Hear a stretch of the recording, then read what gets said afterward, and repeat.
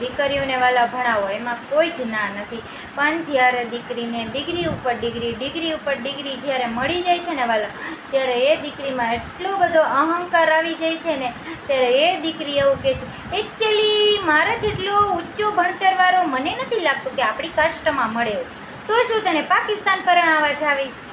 આવું હું નથી કહેતી હો. ઘણી જગ્યાએ બેનું દીકરીઓ બહુ ભણી જાય, ડિગ્રી માથે ડિગ્રી ને એની માથે ડિગ્રી ને એની માથે ડિગ્રી ને એની માથે ડિગ્રી, એટલું ઊંચું ભણી જાય ને પછી શું કે ખબર, એકચ્યુઅલી આપણા સમાજમાં મને છે ને મારા લેવલનો કોઈ છોકરો નથી દેખાતો. અરે તારી ભલી થાય, તારું લેવલ. હા હકીકત કહું છું, આ પાકિસ્તાન વહી જા બેટા. આવું સાંભળ્યું છે એટલે કહું, એક વેદના બોલે છે એટલે કહું છું. શું લેવલ?